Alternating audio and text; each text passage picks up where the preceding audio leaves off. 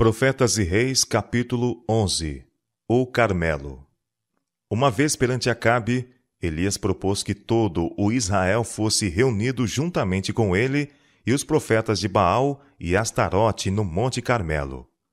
Agora, pois, envia, ordenou, ajunta a mim todo o Israel no Monte Carmelo, como também os 450 profetas de Baal e os 400 profetas de Assera, que comem à mesa de Jezabel. A ordem fora dada por alguém que parecia estar na própria presença de Jeová, e Acabe obedeceu-a de pronto, como se o profeta fosse o monarca e o rei o súdito. Velozes mensageiros foram despachados por todo o reino, com a intimação de se reunirem com Elias e os profetas de Baal e Astarote. Em cada cidade e vila, o povo se preparou para se reunir no tempo indicado. Ao caminharem para o lugar, o coração de muitos se enchia de estranhos presságios. Algo inusitado estava para acontecer, senão porque a ordem para se reunirem no Carmelo. Que nova calamidade estava para desabar sobre o povo e a terra? Antes da seca, o Monte Carmelo era um lugar de beleza, seus ribeiros alimentando-se de fontes perenes e suas férteis escarpas cobertas de belas flores e luxuriantes bosques. Mas agora sua beleza empalideceu sob a fulminante maldição. Os altares erguidos para a adoração de Baal e Astarote jaziam agora nos bosques desfolhados. Nas alturas de um dos mais elevados cumes, em marcante contraste com aqueles, estava o altar derribado de Jeová. O Carmelo dominava vasta extensão do país. Suas elevações eram visíveis de muitos lugares do reino de Israel. Ao sopé do monte, havia vantajosos pontos de onde se podia ver muito do que se passava em cima. Deus havia sido assinaladamente desonrado pelo culto idólatra que se realizava sob o dossel de suas escarpas arborizadas. E Elias escolheu essa elevação como o lugar mais visível para a manifestação do poder de Deus e a vindicação da honra de seu nome. Logo na manhã do dia designado, as hostes do Israel apóstata, em ansiosa expectativa, aglomeraram-se próximo do cume do monte. Os profetas de Jezabel demandam um monte em marcha imponente. Com pompa real, aparece o rei e toma posição à frente dos sacerdotes, e os idólatras saudam-no com um grito de exclamação. Mas há apreensão no coração dos sacerdotes, ao se lembrarem de que, pela palavra do profeta, a terra de Israel por 3 anos e meio fora privada de orvalho e chuva. Sentem com certeza que alguma terrível crise está iminente. Os deuses nos quais eles têm confiado não foram capazes de provar ser Elias um profeta falso. A seus gritos frenéticos, suas orações, suas lágrimas e humilhações, suas revoltantes cerimônias e sacrifícios custosos e constantes, os objetos de seu culto têm se mostrado estranhamente indiferentes. Diante do rei Acabe e dos falsos profetas, e rodeado das hostes reunidas de Israel, está Elias, o único que apareceu para reivindicar a honra de Jeová, aquele a quem todo o reino tinha responsabilizado por sua carga de flagelo, está agora perante eles, aparentemente sem defesa na presença do soberano de Israel, dos profetas de Baal, dos homens de guerra e dos milhares que o rodeavam. Mas Elias não está sozinho. Acima e ao redor dele estão as hostes protetoras do céu, anjos magníficos em poder. Sem se envergonhar nem temer, o profeta está perante a multidão, inteiramente consciente de sua comissão, para executar a ordem divina. Seu rosto está iluminado com impressionante solenidade. Em ansiosa expectativa, o povo aguarda que ele fale. Olhando primeiramente para o altar derribado de Jeová e depois para a multidão, Elias exclama de maneira clara, em voz como de trombeta: Até quando cocheareis entre 2 pensamentos? Se o Senhor é Deus, segui-o. Se é Baal, segui-o. O povo não respondeu palavra. Ninguém neste vasto auditório ousa manifestar lealdade a Jeová. Como densa nuvem, o engano e a cegueira se espalhara sobre Israel. Não fora de uma vez que esta fatal apostasia se fechara em torno deles, mas, gradualmente, à medida que de tempos em tempos tinham deixado de ouvir as palavras de advertência e reprovação que o Senhor lhes enviara. Cada recusa de arrependimento tinham aprofundado sua culpa e os afastaram mais do céu. E agora, nesta crise, eles persistem na recusa de se colocarem ao lado de Deus. O Senhor aborrece a indiferença e deslealdade em tempo de crise em sua obra. Todo o universo está observando com inexprimível interesse as cenas finais da grande controvérsia entre o bem e o mal. O povo de Deus está se aproximando do limiar do mundo eterno.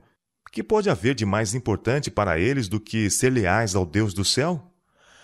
Em todos os séculos, Deus tem tido heróis morais, e tem-nos agora, os que, como José, Elias e Daniel, não se envergonham de se reconhecerem como seu povo peculiar. Suas bênçãos especiais acompanham os labores de homens de ação, homens que não se desviarão da linha reta do dever, mas que perguntarão com divina energia: quem é do Senhor? Homens que não se deterão apenas no inquirir, mas exigirão que os que escolherem identificar-se com o povo de Deus prossigam e demonstrem sem sombra de dúvida sua obediência ao Rei dos Reis e Senhor dos Senhores. Tais homens subordinam sua vontade e planos à lei de Deus. Por amor a Ele, não têm sua vida por preciosa. Seu trabalho é captar a luz da palavra e deixá-la brilhar para o mundo em raios claros e firmes. Fidelidade a Deus é sua divisa. Enquanto Israel no Carmelo duvidava e hesitava, a voz de Elias de novo quebra o silêncio. Eu só fiquei por profeta do Senhor, e os profetas de Baal são 450 homens. Deem-se-nos, pois, 2 bezerros, e eles escolham para si um dos bezerros, e o dividam em pedaços, e o ponham sobre a lenha, porém não lhe metam fogo. E eu prepararei o outro bezerro, e o porei sobre a lenha, e não lhe meterei fogo. Então invocai o nome do vosso Deus, e eu invocarei o nome do Senhor. E há de ser que o Deus que responder por fogo, esse será Deus. A proposta de Elias era tão razoável que o povo não pôde mesmo fugir a ela. Encontraram, pois, coragem para responder. É boa esta palavra. Os profetas de Baal não ousaram erguer a voz para discordar, e dirigindo-se a eles, Elias lhe ordena: escolhei para vós um dos bezerros, e preparai o primeiro, porque sois muitos, e invocai o nome do vosso Deus, e não lhe metais fogo. Aparentemente ousados e desafiadores, mas com terror no coração culpado, os falsos sacerdotes prepararam seu altar, pondo sobre ele a lenha e a vítima, e têm início suas fórmulas de encantamento. Seus estridentes gritos ecoam e reboam através das florestas e dos promontórios, enquanto invocam o nome de seu Deus, dizendo: Ah, Baal, responde-nos! Os sacerdotes se aglomeram em torno de seu altar, e com saltos e contorções e gritos histéricos, arrancando os cabelos e retalhando as próprias carnes, suplicam a seu Deus que os ajude. Passa-se a manhã, aproxima-se o meio-dia, e contudo, não há evidências de que Baal ouça o clamor de seus enganados seguidores. Não há voz nem resposta às suas frenéticas orações. O sacrifício permanece inconsumado. Enquanto continuam com suas exaltadas devoções, os astutos sacerdotes estão continuamente procurando imaginar algum meio pelo qual possam acender o fogo sobre o altar e levar o povo a crer que o fogo viera diretamente de Baal. Mas Elias lhes vigia cada movimento, e os sacerdotes, esperando contra a esperança de alguma oportunidade para a fraude, prosseguem com suas insensatas cerimônias. E sucedeu que, ao meio-dia, Elias zombava deles e dizia: clamai em altas vozes, porque ele é um Deus. Pode ser que esteja falando, ou que tenha alguma coisa que fazer, ou que intente alguma viagem. Porventura dorme e despertará. E eles clamavam a grandes vozes e se retalhavam com facas e com lanças, conforme ao seu costume, até derramarem sangue sobre si. E sucedeu que, passando o meio-dia, profetizaram eles, até que a oferta de manjares se oferecesse. Porém não houve voz, nem resposta, nem atenção alguma. Alegremente Satanás teria vindo em socorro desses, a quem havia enganado, e quem eram devotados a seu serviço. Alegremente ele teria enviado fogo para queimar o sacrifício. Mas Jeová havia fixado limites a Satanás. restringira seu poder, e nem todos os artifícios do inimigo podiam lançar sobre o altar de Baal uma única centelha. Afinal, roucos de tanto gritar, as vestes maculadas com sangue das feridas que a si mesmos se haviam infligido, os sacerdotes ficam desesperados. Com furor inquebrantável, misturam agora suas súplicas terríveis maldições de seu Deus Sol. E Elias continua a observar atentamente. Ele sabe que se por qualquer artifício os sacerdotes lograrem lançar fogo sobre o altar, ele será feito em pedaços no momento. É chegada a tarde. Os profetas de Baal estão fatigados, abatidos, confusos. Um sugere uma coisa, outro outra coisa, até que finalmente cessam seus esforços. Suas maldições e gritos estridentes não mais ressoam sobre o Carmelo. Em desespero, retiram-se da luta. Durante todo o longo dia, o povo havia testemunhado as demonstrações dos frustrados sacerdotes. Haviam contemplado seus saltos selvagens sobre o altar, como se desejassem captar os raios do sol para que servissem a seus propósitos. Eles haviam olhado com horror para as bárbaras mutilações infligidas a si mesmos pelos sacerdotes e tinham tido a oportunidade de refletir sobre a loucura da adoração de ídolos. Muitos dentre a multidão estão fartos das exibições de demonismo e aguardam agora com mais profundo interesse os movimentos de Elias. É a hora do sacrifício da tarde, e Elias convida o povo. Chegai-vos a mim. Aproximando-se eles a tremer, ele se volta para o altar derribado, onde uma vez os homens haviam adorado ao Deus do céu, e repara-o. Para ele, esse montão de ruínas é mais precioso que todos os magnificentes altares do paganismo. Na reconstrução desse antigo altar, Elias revelava seu respeito pelo concerto que o Senhor havia feito com Israel quando este transpôs o Jordão para a terra prometida. Escolhendo 12 pedras, conforme o número das tribos dos filhos de Jacó, edificou o altar em nome do Senhor.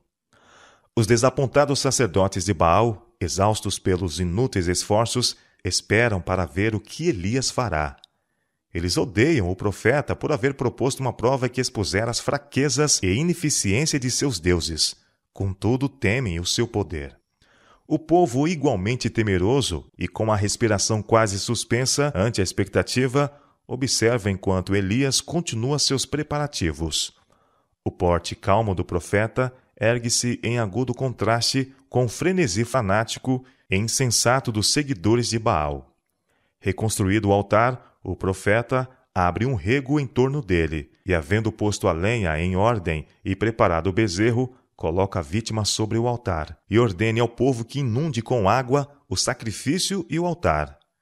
Enchei d'água 4 cântaros, ordenou, e derramai-a sobre o holocausto e sobre a lenha. E disse, fazei-o segunda vez. E o fizeram segunda vez. E disse ainda, fazei-o terceira vez. E o fizeram terceira vez. De maneira que a água corria ao redor do altar, e ainda até o rego encheu de água.